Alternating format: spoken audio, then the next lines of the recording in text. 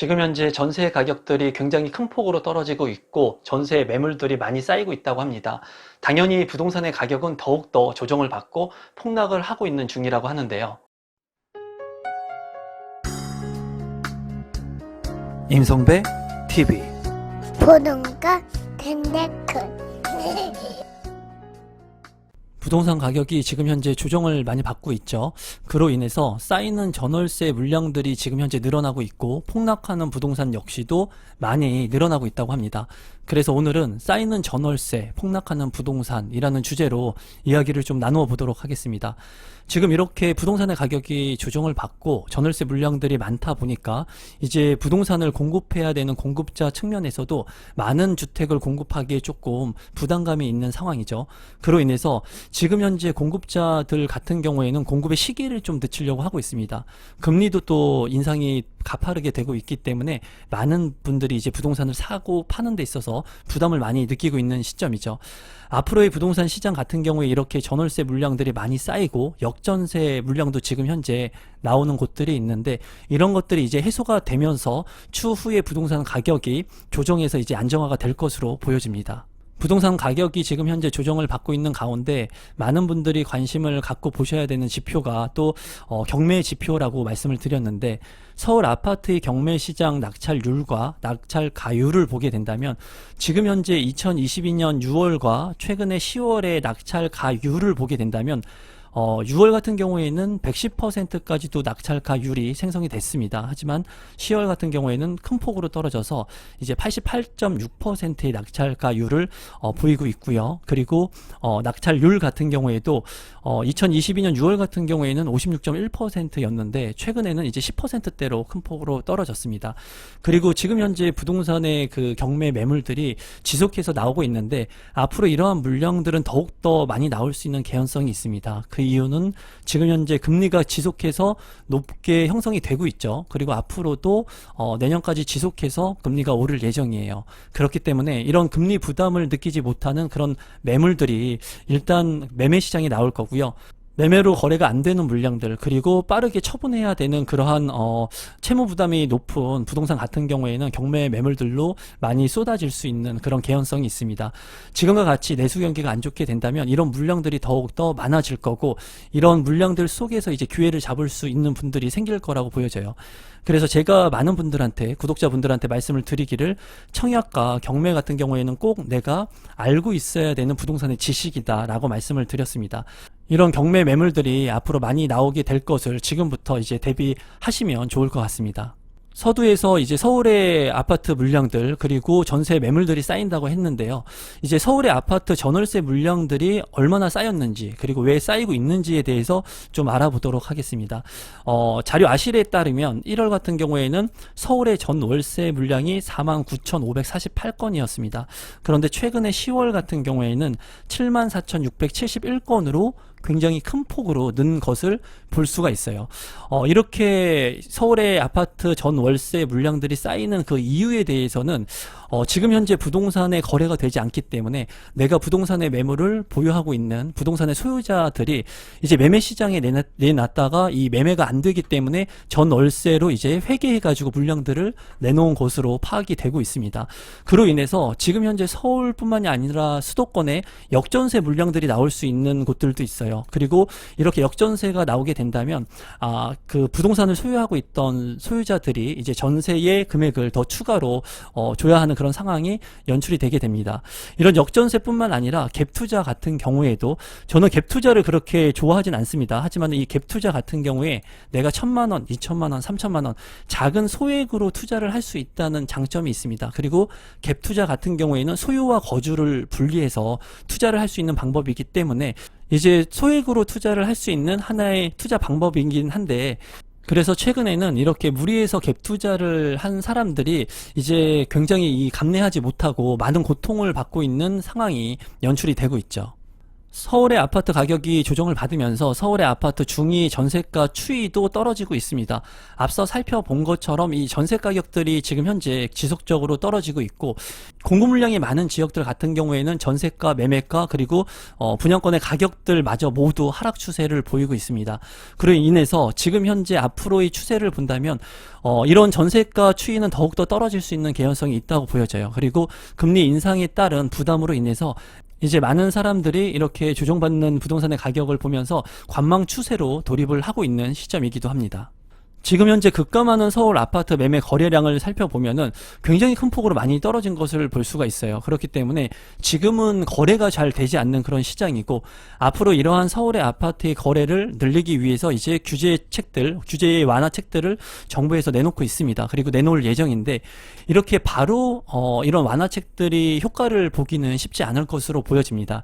지금 현재는 이제 심리적인 부분들이 굉장히 많이 위축이 됐고요. 그리고 모든 부분들의 그 가격 지표들이 하락 추세를 보이고 있기 때문에 많은 사람들이 급하게 움직일 필요가 없다고 느끼고 있을 겁니다. 그리고 뭐 2년을 관망하겠다, 3년을 관망하겠다 이런 생각을 하시는 분들도 있는데, 관망을 하는 것은 좋아요. 하지만은 이 시기가 언제가 될지는 그 누구도 알 수가 없기 때문에 이 관망을 하면서 이 시장의 변화를 한번 좀 살펴볼 필요성이 있습니다. 정부 정책들의 완화책들, 그리고 조정 대상 지역들의 완화 지역들이 이제 곧 발표가 될 건데요. 조정 대상 지역에서 해제될 그런 지역들은 예상이 가능합니다. 하락폭이 컸던 그런 지역들이 당연히 이제 규제 지역에서 완화가 될 것으로 보여져요. 그렇기 때문에 지금 현재 이러한 규제책들을 살펴보면서 내가 감내할 수 있는 대출을 활용해서 리스크를 최소화해서 관망하면서 이 시장 속에서 기회를 살펴보면 좋을 것 같습니다. 이제 부동산의 가격들이 많이 조정을 받고 하락 추세에 있다고 말씀드렸는데, 실제로 부동산의 하락 추세 사례하고, 그리고 실제로 대출을 활용했을 때 얼마나 부담이 되는지 한번 살펴보도록 하겠습니다. 이제 올해 마포구 아현동의 아파트 113제곱미터를 산 하나의 사례인데, 주택의 가격이 이제 1월에 구매를 했는데 16억 5천만 원이었다고 합니다. 하지만은 10월이 지난 현재 시세는 13억 7천만 원. 그러니까 거의 뭐 4억 원, 3억 원 가량 이 가격이 하락한 것을 알 수가 있습니다. 이로 인해서 1월 달에 구매한 16억 5천만 원을 이제 대출을 활용해서 샀겠죠. 이때 당시에 A은행에서 1억 원, 그리고 B은행에서 1억 원의 생활 안정 자금을 2억 원 이제 고정금리로 받았다고 해요. 그래서 그때 당시에 이제 금리가 5.3% 그 고정금리로, 그리고 4.8%, 이 금리도 그렇게 낮은 금리는 아닙니다. 최근에 이제 저금리 기조가 계속해서 유지가 됐었는데, 그로 인해서 저금리 때 많은 사람들이 부동산에 투자를 하고 부동산을 샀었죠. 하지만은 이제 금리가 올라가면서 최근에는 이제 8% 그런 금리에 대한 부담을 느끼고 있는데, 이렇게 1억 원, 2억 원의 고정금리로 대출을 실행을 하고 이제 신용대출을 받아서 3억 원의 변동금리로 대출을 받았다고 해요. 그래서 이 금액이 이제 3억 원 정도 된다고 합니다. 이 금액의 금리가 오르다 보니까 지금 현재 변동금리였던 금리 금액들이 계속해서 올라가는 거죠. 최근에 이제 빅스텝으로 2단계씩 금리 인상이 우리나라에서도 됐었고, 미국 같은 경우에는 자이언트 스텝으로 금리 인상이 지속해서 됐었죠. 그리고 이제 또 금리 인상을 앞두고 있기 때문에 이런 신용대출에 따른 금리 부담을 많이 느끼고 있는 상황이죠. 그로 인해서 상환 부담액이 증가되는데 1월에 190만 원의 월 이자를 냈다면 10월에는 280만 원, 그러니까 거의 100만 원 돈의 이자가 바로 기하급수적으로 이제 상승을 한 겁니다. 그리고 월 이자가 230만 원, 그리고 원금 50만 원을 상환한다고 하는데, 제가 봤을 때 이렇게 금리 인상에 따른 부담을 느끼시는 분들이 지금 현재 많고, 많은 언론 매체에서 금리 인상에 대한 얘기들을 많이 하죠. 이 금리 인상은 부동산의 가격을 조정받을 수 있는 하나의 지표이고 요소이긴 합니다. 하지만은 이 금리가 모든 부동산의 가격을 좌지우지하진 않아요. 이 금리가 안정화가 될 겁니다. 이제 내년이 지나고 나면은 올해까지는 금리 인상이 지속해서 될 거고, 내년 상반기까지도 이런 금리 인상이 예정되어 있습니다. 하지만 이런 금리 인상이 영원하진 않겠죠. 이 금리 인상이 안정되는 시기가 오겠고, 그런 시기가 오게 된다면 많은 사람들의 그 불안감, 그리고 두려움이 좀 극복될 것으로 보여집니다.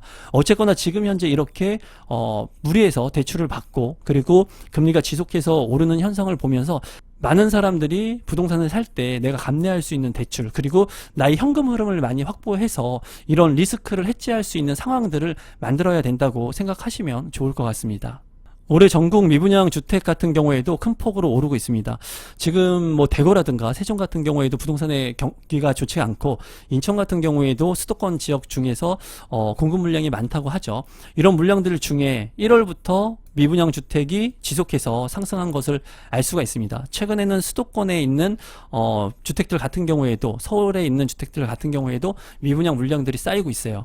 제가 부동산의 상승장 때 항상 말씀했던 게, 영원한 상승도 없고 영원한 하락도 없다고 말씀을 드렸습니다. 부동산이 상승했을 때는 많은 사람들이 부동산을 사려고 하지만, 이렇게 지금 현재 미분양 물량들이 이렇게 쌓이게 되면은 많은 사람들이 부동산에 관심을 갖지 않습니다. 제가 경험했던 부동산 시장 속에서 2008년도의 글로벌 금융위기 이후에 2008년부터 2012년도 그 시장 속에서 2기 신도시의 공급이 있었습니다. 신도시의 공급과 글로벌 금융위기가 맞물리면서 많은 사람들이 이제 두려워했었고, 그때 당시에 미분양 물량들, 미계약 물량들이 엄청나게 많았었죠. 그리고 세제 혜택들도 굉장히 많았습니다. 그런데도 불구하고 그때 당시에 부동산을 사면은 안 된다는 그런 여론들, 그리고 그런 생각들을 가진 분들이 많았는데, 지금 그 시장이 다시 오고 있다는 생각을 합니다. 물론 사회 전반적인 변수들은 굉장히 다릅니다. 하지만은 이 부동산의 미분양 물량들이 쌓이고 부동산의 가격이 조정을 받는 것은 그때 시장하고 비슷한 것 같아요. 이러한 시장 속에서 미분양 물량들과 미계약 물량들이 더욱더 쌓이고, 세금이나 대출 규제에 대한 완화책들이 나오게 된다면, 그때 당시에도 일부 시점까지는 이 부동산 시장이 움직이지 않았습니다. 하지만은 부동산 가격이 조정을 받고 전세 가격이 올라가면서 매매 가격과 전세 가격이 간극이 거의 없어지는 그 시점에서 전세를 사는 것보다 내 집 마련을 하는 게 좋겠다고 생각하시는 분들이 이 미분양 주택들을 매입을 했고, 물론 투자자분들도 이러한 미분양 물량들을 매입을 하면서 전세나 월세로 세팅을 했었습니다. 지금도 이렇게 미분양 물량들이 많아지고, 그리고 전세 가격들이 조정을 받고 하면서 이제 부동산 시장이 안정화가 된다면, 일정 시점의 타이밍 속에서 2008년도에서 2012년도의 그 부동산 시장이 비슷하게 흘러갈 것으로 개인적으로는 예상이 됩니다. 이렇게 미분양 물량이 많이 쌓이는데도 불구하고 전국 아파트의 평당 분양가는 계속 올라가고 있습니다. 지금까지 보면은 이제 분양 가격을 보면은 인근 시세의 뭐 110% 뭐 이렇게 분석을 해가지고 분양가를 산정을 하는데, 지금 물가도 계속해서 오르고 있죠. 그리고 분양 가격도 지속해서 오르고 있어요. 그리고 평당 분양가, 뭐 주변의 건자재, 시멘트 이런 가격들이 지속해서 오르다 보니까 아파트의 분양 가격은 이렇게 계속해서 오르고 있습니다. 하지만은 지금 현재 미분양이 나기 때문에 건설사들 입장에서는 분양가를 많이 떨어뜨려 가지고 할인 분양을 하지는 않을 겁니다. 분양가를 낮게 책정하지는 않을 거예요. 그렇게 하기보다는 아마 이 시기를 좀 늦출 것 같아요. 부동산 시장이 다시 좋아지고, 그리고 거래가 많이 되고 활성화 정책들이 나오면서 활성화 시기가 됐을 때 이제 분양을 할 거라는 그런 예상이 됩니다. 당연히 분양을 할 때 수익 사업을 해야 되는데, 가격을 낮추면서 자기가 손해를 보면서 건설사들 입장에서는 공급을 하진 않을 거예요. 물론 정부에서는 서민 복지 차원에서 가격을 낮춰 가지고 얼마든지 공급을 하겠지만, 이 건설사, 민간 건설사의 물량들 같은 경우에는 시기를 좀 보면서 이러한 부동산의 혹한기, 침체기가 지나가고 나서 이런 분양 물량들을 내놓을 것으로 보여집니다. 그렇게 됐을 때 부동산 시장은 어떻게 될 것이냐? 공급 물량이 감소를 하겠죠. 공급 물량이 감소를 하기 때문에 이제 수요자들 입장에서는 물량이 많았을 때, 공급이 많이 됐을 때 저렴한 가격으로 살 수가 있는데, 이렇게 공급 물량이 급감을 하고 전세 가격이 안정화를 찾고 하면서 예전과 같은 그런 시장의 흐름처럼 부동산의 시장이 활성화가 되고, 그리고 부동산의 가격이 상승을 하고 부동산을 사려고 하는 사람들이 많아지는 시점이 된다면, 이 건설사 입장에서는 공급을 할 거라고 보여집니다. 오늘의 결론을 말씀드리면, 지금 현재 부동산의 가격이 많이 조정을 받고 전세 가격 같은 경우에는 수억 원씩 떨어져서 전세 매물들도 많이 쌓이고 있다고 합니다. 이렇게 안 좋은 불안정한 부동산 시장, 이러한 시기가 2008년도도 있었습니다. 글로벌 금융위기와 2기 신도시가 맞물리면서 그때 당시에도 미분양 물량, 미계약 물량이 굉장히 큰 폭으로 증가를 했고요. 많은 사람들이 공포감에 관망을 하려고 했습니다. 하지만 시간이 지나고 그 시간 속에서 기회를 잡으신 분들이 있는데, 제가 여러분들한테 말씀드리고 싶은 것은, 지금 이렇게 많은 미분양 물량들, 전세가들이 조정을 받으면서 앞으로의 부동산 시장은 반드시 바닥을 찍고 올라가는 시점이 올 거라는 거예요. 거예요.